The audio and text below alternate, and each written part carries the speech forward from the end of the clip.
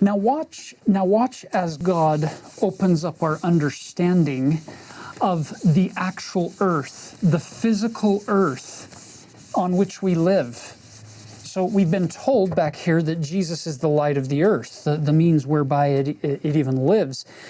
Notice at the bottom of verse 17, we're told that the meek of the earth shall inherit it, the earth.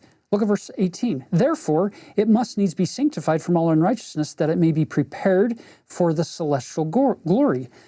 For after it hath fulfilled the measure of its creation, it shall be crowned with glory, even with the presence of God the Father. So this earth on which we live, this planet, this dirt and rocks and air and water, it's going to be perfected. Why? Verse 20, that bodies who are of the celestial kingdom may possess it forever and ever, for this intent was it made and created, and for this intent are they sanctified. I love that.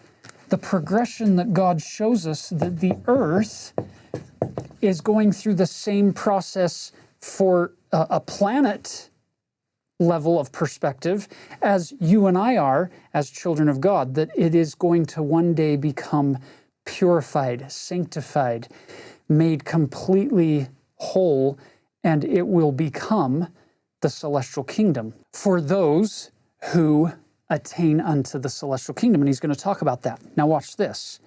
Look at verse 21.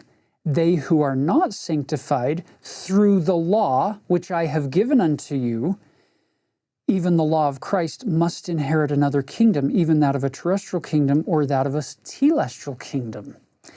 So he's given a law, and if we can't abide that law, then we can't abide that kingdom.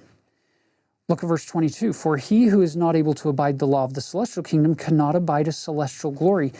Some people wonder, well, why doesn't God love all of his children so much that he brings all of them into his presence again, into a celestial glory?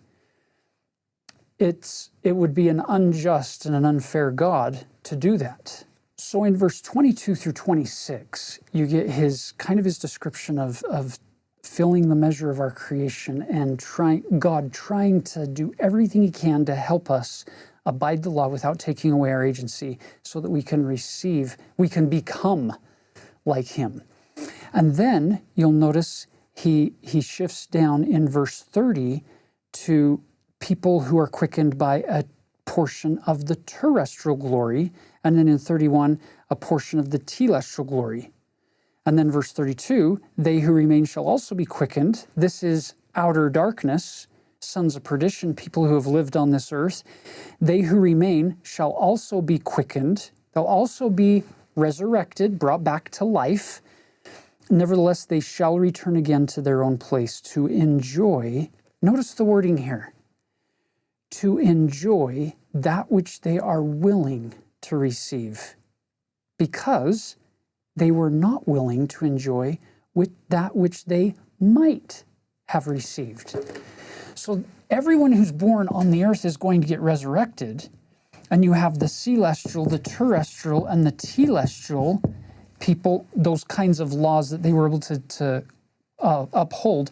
But those who couldn't even uphold the telestial law, they will be given a resurrected body, but they are going to go now to enjoy that which, the wording once again, that which they are willing to receive. Brothers and sisters, the willing to receive has far less to do with this, and it has far more to do with covenant connection, covenant loyalty to God. They weren't willing to do that. So now they're going to enjoy that which they're willing to receive, because they were not willing to enjoy that which they might have received.